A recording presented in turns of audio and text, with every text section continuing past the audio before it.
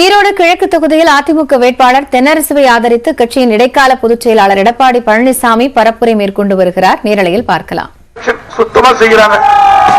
அதை செஞ்சுதான் வாரி இன்னைக்கு மலைக்கு பதிலாக பணமழையா பொழிஞ்சிட்டு இருக்கிறாங்க திமுக. அதை ஊழல் செய்கின்ற அந்த ஆட்சிக்கு முடிவு கட்ட ஏற்கனவே பல வாக்குறுதி கொடுத்தாங்க.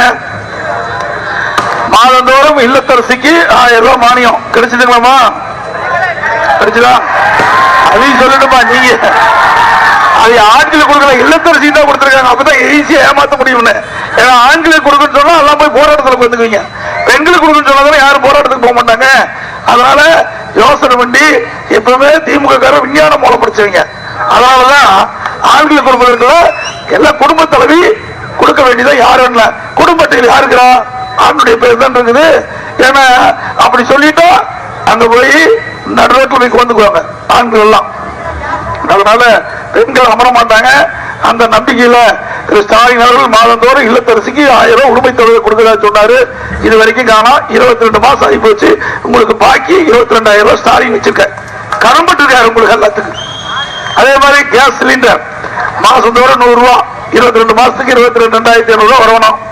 அதுல ஒரு 22,000, இதுல 2,100, 24,100 ரூபாய் உங்களுக்கு கடன் பட்டிருக்காரு ஸ்டாலின். அந்த பணத்தை கொடுத்துட்டு ஓட்டு கேளுங்க வர அமைச்சர் எல்லாம். ஏன்னா அவர் தானே வாக்குறுதி கொடுத்தாரு, நீங்களே கேட்டீங்க. அவர் தானே கொடுத்தாரு, அதனாலதான் நம்பி ஓட்டு போட்டீங்க. அதனாலதான் ஆட்சிக்கு வந்து இன்னைக்கு ஸ்டாலின் முதலமைச்சர் இருக்காரு. அதுக்கு மேல இந்த கடை 150 ரூபாய் வரி, இந்த வீட்டுக்கு 5000 ரூபாய் கட்டி இருந்தா இந்த காமர்ஸ் கிட்டத்தட்ட ஒரு 50,000 வரி போடுவோம் நினைக்கிறேன். ஏன்னா அண்ணா திமுக 10,000 ரூபாய் இருக்கு, 50,000 வரி இருக்கும். 50,000 வரி போடுறது அவருக்கு நீங்க ஓட்டு போடுறீங்க. சிந்திச்சு பாருங்க. கடைக்காரரு 150% வரி. முதல் வந்து 1000 ரூபாய் கட்டிதான் 2,000 ரூபாய் கட்டணும். கரண்ட் பில்லு இஷ்டத்துக்கு ஏற்றிட்டாங்க. 12% 54% உயர்வு. ஒவ்வொரு ஆண்டும் 6% கரண்ட் பில் ஏற்ற போறாங்க. ஒவ்வொரு வருஷமும் 6% உயர்த்த போறாங்க மின் கட்டணத்தை.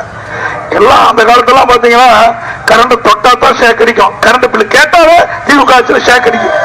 அந்த அளவுக்கு கட்டணம் உயர்ந்து போச்சு. சட்டம் ஒழுங்கு அடியோடு சீர்குலைஞ்சு போச்சு. தேர்தல் அறிவிச்ச பிறகு அமைச்சர் 2 வீதிக்கு அப்பா போட்டு கட்டிட்டு இருக்காரு. அந்த 2 வீதிக்கு சொல்லி 2 கொலை நடக்குது. இந்த ஈரோட்டிலே 2 கொலை முதல் எடுத்துலையுமே. வேற எங்கேயும் போக வேண்டியதில்லை. 13ஆம் தேதியிலிருந்து 16ஆம் தேதி வரைக்கும் 25 கொலை. 13ஆம் தேதி ஒரே நாள்ல 9 கொலை. கேட்டா ஸ்டாலின் எங்கேயுமே எந்த குற்றம் நடக்கல சொல்ற. டிஜிபி அதோட போய் பேசுற. தமிழ்நாட்டில் சட்ட ஒழுங்கு அடியோடு சீர்குலைந்து விட்டது. தமிழ்நாட்டில் நாள்தோறும் கொலை, கொள்ளை, திருட்டு, வழிமுறை, பாலியல் கொடுமை எல்லா பக்கம் நடந்துகிட்டு இருக்குது.